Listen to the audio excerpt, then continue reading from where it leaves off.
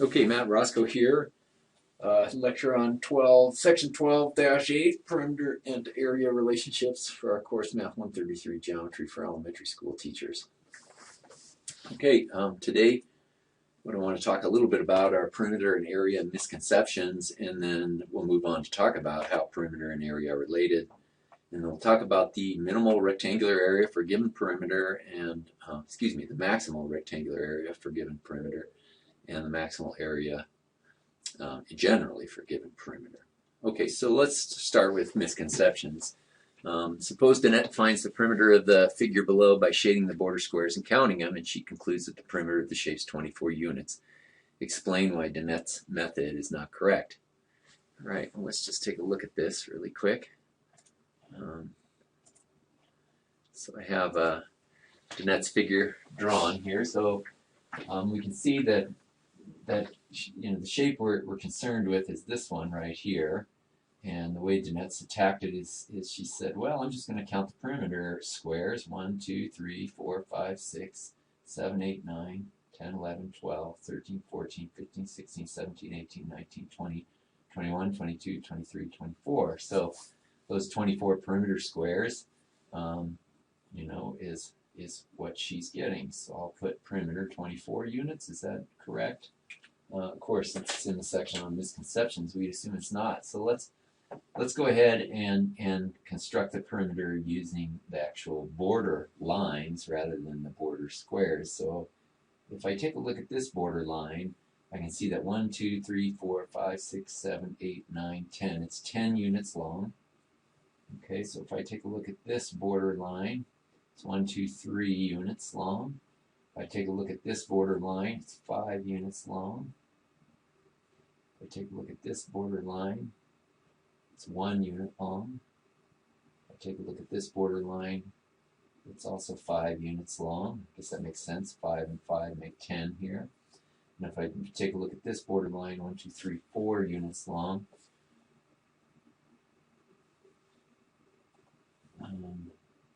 So now we just would need to sum it. So that was a 1 right there. So we'd have 10 plus 3 is 13, plus 5 is 18, plus 1 is 19, plus 5 is 24, plus 4 more is 28. So the big question is, which of these two is correct, and why? So let you think about that for just a second.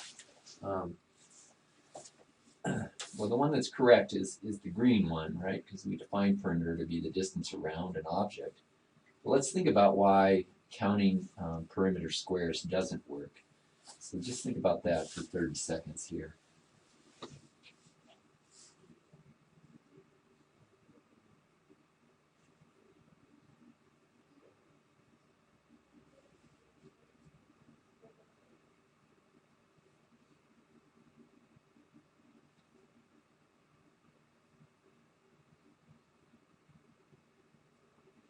Okay, hopefully you came to the conclusion that the problem here is really at the corners of the figure.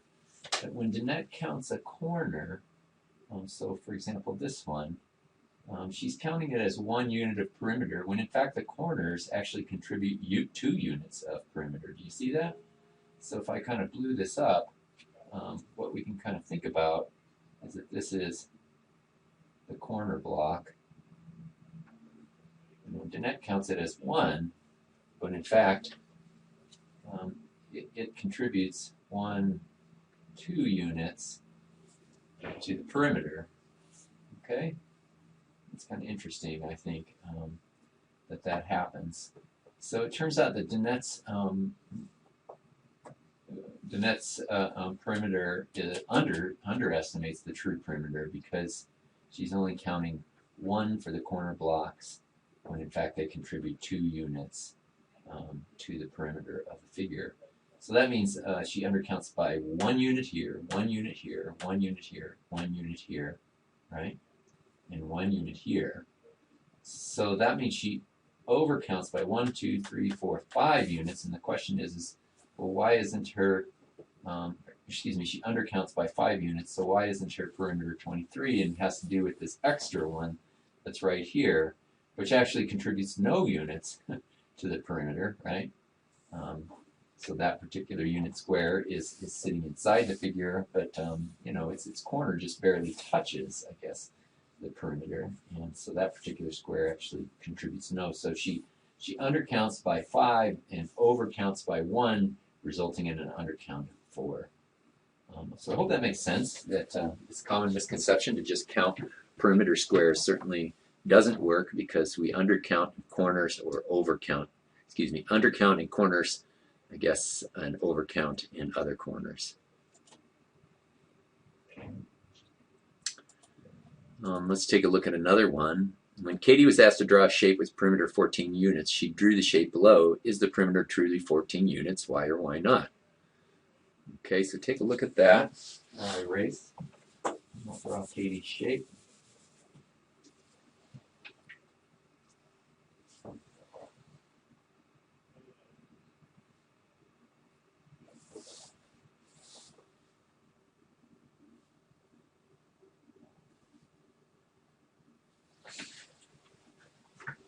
Okay, well, let's take a look at this. Cam. Okay, so there's Katie's shape. She claims that it's 14 units of perimeter. So is the perimeter truly 14 units? And that's the question. Well, I can count it up, and let's just find out. So this is 1, 2, 3, 4 along this side. So there's 4 units there. It's 3 units along this side, 3 units here. It's 2 units along this side, 2 units there. 3 units along this side, 3 units there. Let's see, I'm at 7, 10, 11, 12.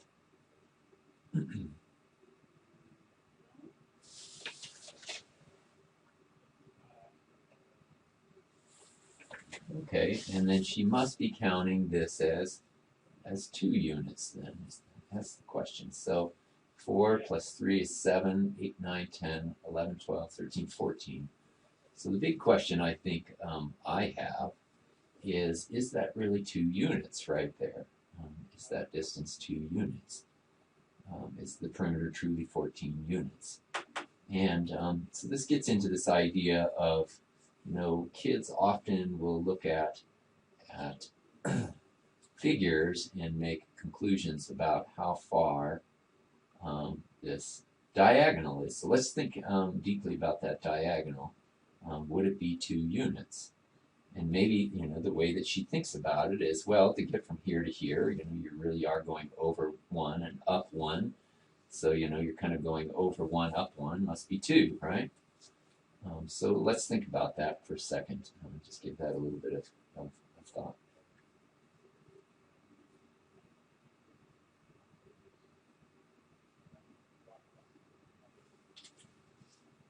All right, well, let's go ahead and draw this little triangle in a blown up form. So over here, and try to conclude if Katie is indeed correct. So here we go, 1, 2, 3, 1, 2, 3. I'm going to call that 1 unit and 1 unit. And then the question is what's the length of that diagonal? Now we can recognize right away that this is a right triangle, and we'll let that be the diagonal. And though we haven't talked about the Pythagorean theorem, I think most of you are familiar with it. So we know that for right triangles there's this situation where a squared plus b squared equals c squared. So in this case, 1 squared plus 1 squared is going to be equal to d squared. So that's 2 equal to d squared, which means that the square root of 2, let me give myself a little more space, must be equal to d. That's kind of interesting. So the square root of 2 is what we're talking about for d. So if I hit the square root of 2 on my calculator, I get a number like 1.414 and so on. So d is approximately equal to 1.414, I don't know, dot, dot, dot. We know this to be an irrational number. And so is the perimeter really 14 units? Well, it's not. In fact, this perimeter is much more complicated than just simple integers will allow us to quantify.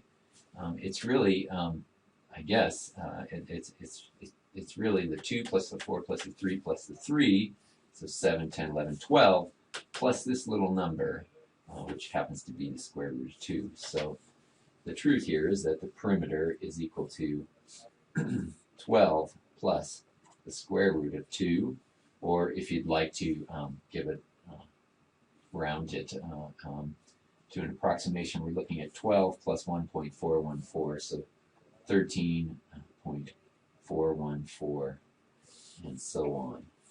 So,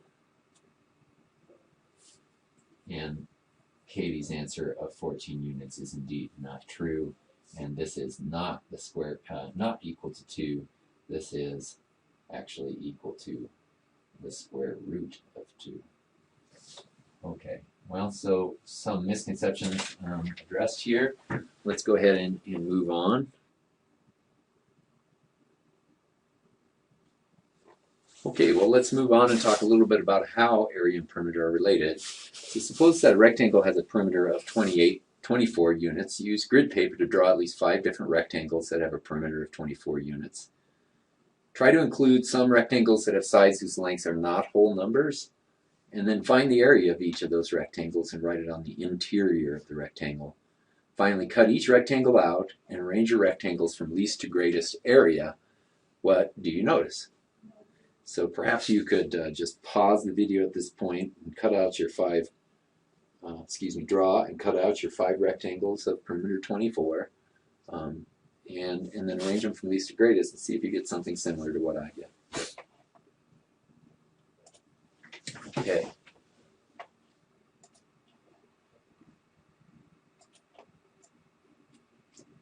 All right, so let's go ahead and take a look at the ones that I drew. So there's the 5 rectangles. I actually do 7 of them just to have fun. So we have these 7 rectangles drawn, and the important thing you notice is that all of them have perimeter 24. So one way to check that is the half perimeter should be 12, right? Because for rectangles the sides are repeated. So 4 plus 8 is 12, 5 plus 7 is 12, 3 plus 9 is 12, 2 plus 10 is 12, 6 plus 6 is 12, 6.5 plus 5.5 is 12, and 1 plus 11 is 12. So I'm going to go ahead and cut these out and arrange them from least to greatest in terms of area. All right, 1.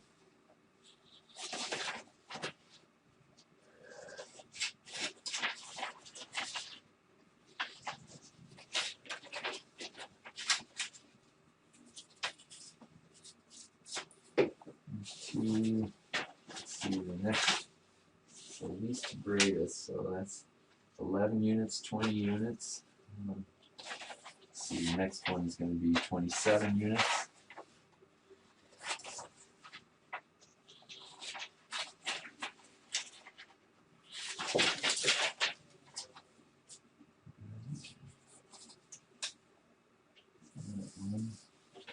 Looks like the next one is 32 units.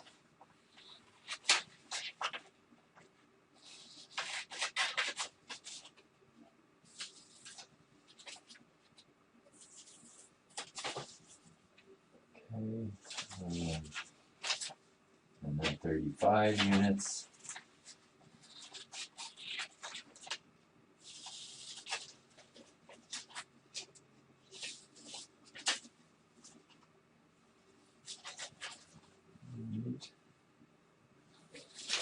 And then 35.75 units.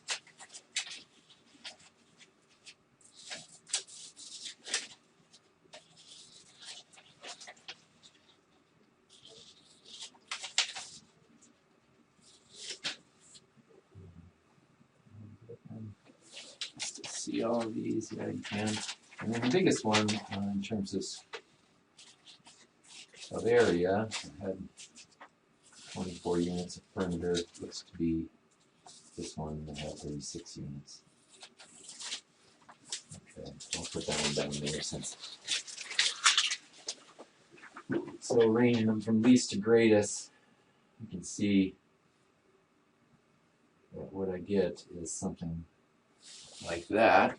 And the thing that I notice is that the longer and skinnier the rectangle gets, the littler the area is. And the closer to a square it gets, I guess the greater the area. So it appears that there's kind of a conjecture here we could make that when you're given a certain amount of perimeter, in this case all of these have 24 units of perimeter, that the maximum area that can be contained as a rectangle using that perimeter is the square. So maybe we should think about that a little bit. But it does appear that's to be true. Now, thinking about the ranges of areas, it seems like this would be the most area you could contain. In fact, you know, when you cut it down to a 5.5 by 6.5 rectangle, you only lose a very little bit of area. And even the 5 by 6, or excuse me, the 5 by 7, you're only talking about a difference of 1 unit between that one. So as you get closer to the square, you're gaining just very little area as you're getting close to that maximal area. But when you're far away, of course, changing the side length by just 1 unit almost doubles the area here. So it's kind of an interesting function. We can definitely see it's not linear because the steps in area are not equal as we change, say, 1 unit of side length. So let's think about that for a little bit. But it appears we have a conjecture, and so it seems that our exploration indicates that for a constant perimeter, the rectangle with maximal area is the square. So let's prove that conjecture. Let's try to figure out if that's really true. So I'll go ahead and let's go back here to my overhead doc cam. Sorry. There it is. So let's try to see if that's really the case.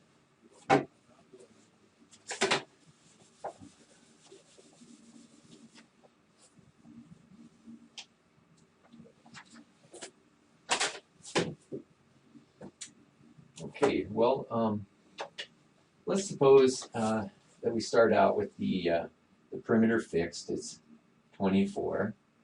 And if we think of the rectangle as having variable side length, then we could say that it's got some x dimension and some y dimension. So we could say that the perimeter, which is equal to 24, has to be equal to 2x's plus 2y's.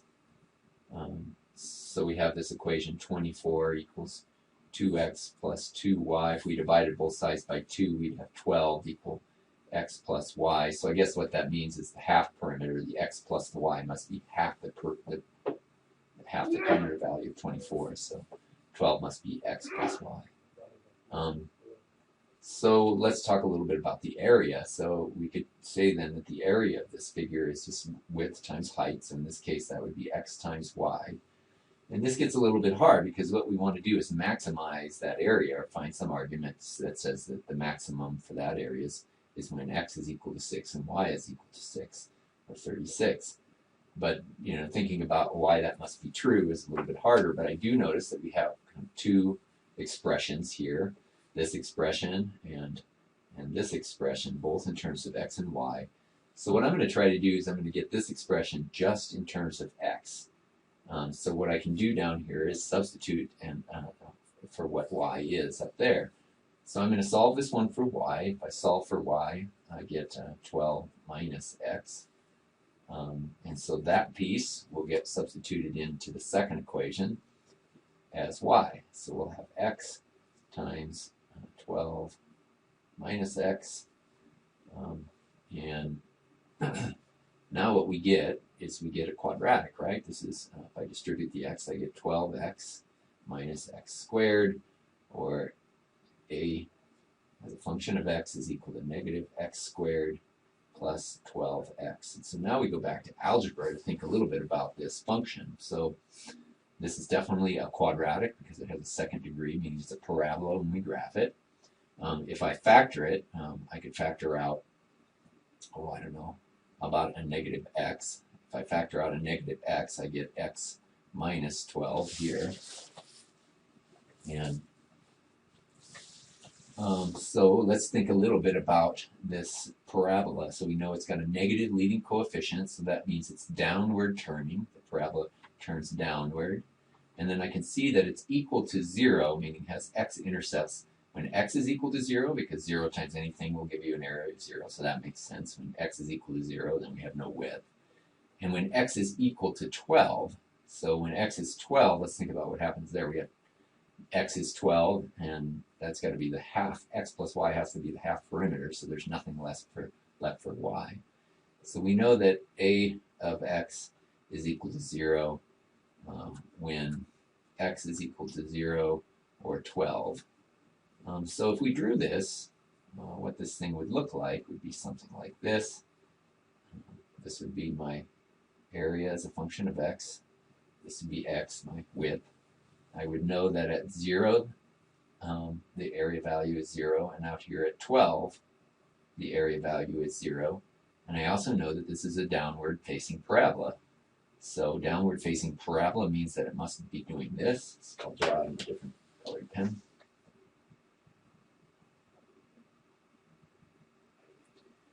And parabolas are always symmetric about their line of symmetry. And so if this is symmetric, then that would mean that at exactly 6, this parabola would have a maximum when x is equal to 6. And if I plug 6 in there, of course, 6 times 12 minus 6, negative 6 times 6 minus 12 would be negative 6 times negative 6, or 36.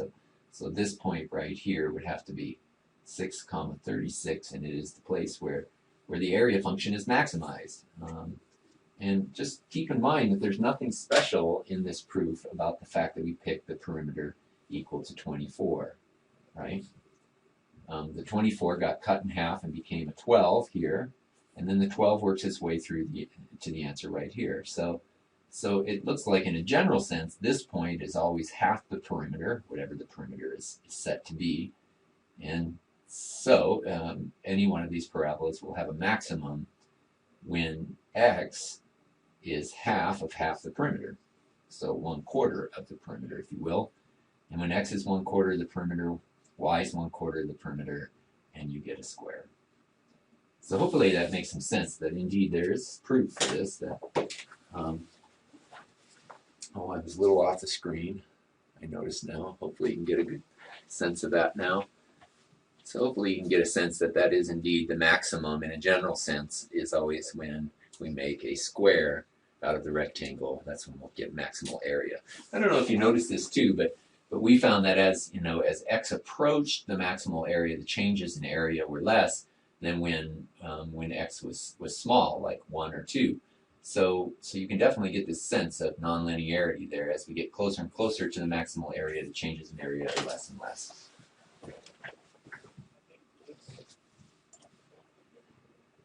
Well, one more thing. So let's talk a little bit about maximal area for a given perimeter, and we'll end here. So suppose that a forest on flat terrain is a perimeter of 200 kilometers, but there's no information on the shape of the forest.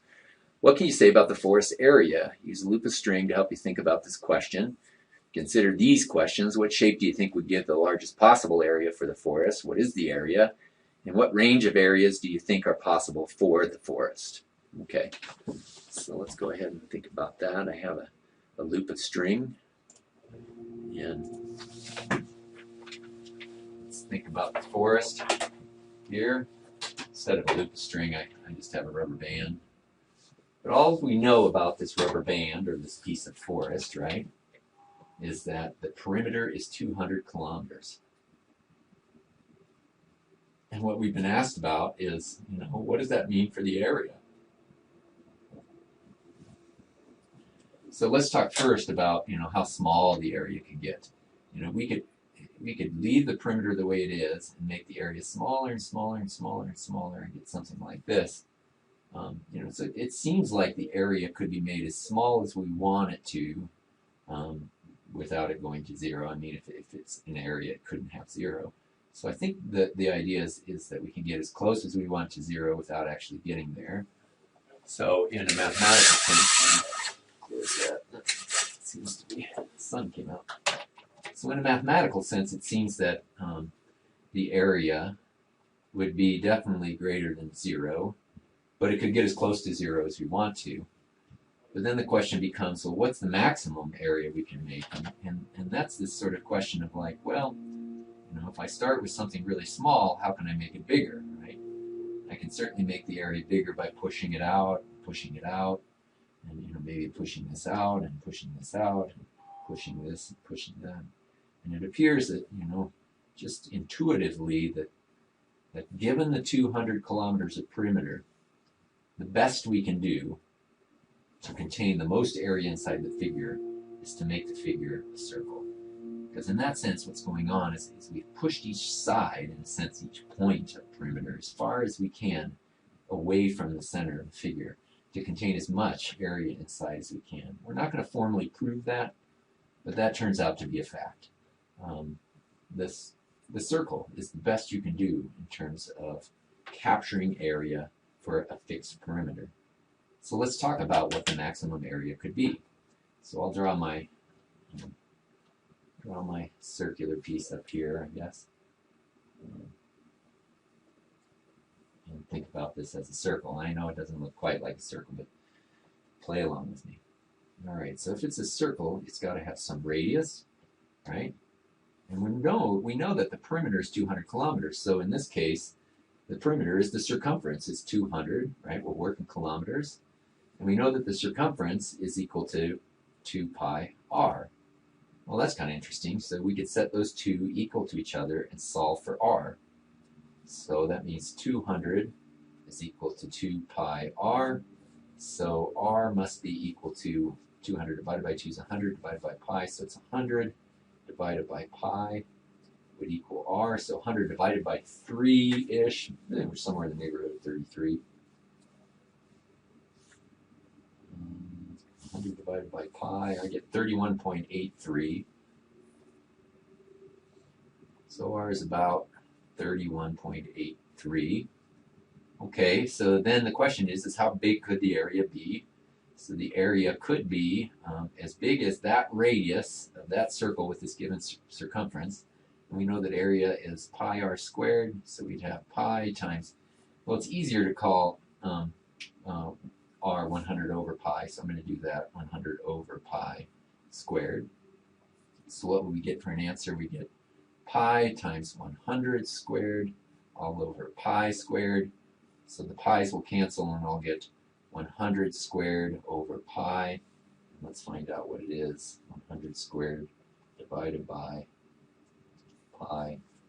And I get about 3,183. Now we've got to think about area. If the radius was in kilometers, right? Then we're squaring kilometers here. And squaring kilometers is going to give kilometers squared. So the area in this case with a given perimeter of 200 kilometers could be anywhere from 0, strictly greater than 0, all the way up to and possibly equal to 3183-ish. So this is really 100 squared over pi, so we've rounded a little bit. But that would be the maximal area, and anything in between there as well, right? Because we could squash and get less area than that. But the largest area that we can get out of this puppy is about 3,183 square kilometers. Okay, I hope that that gives you a good sense of the chapter, and I look forward to seeing you on my return, and good luck with your homework. Please email me if you have any questions.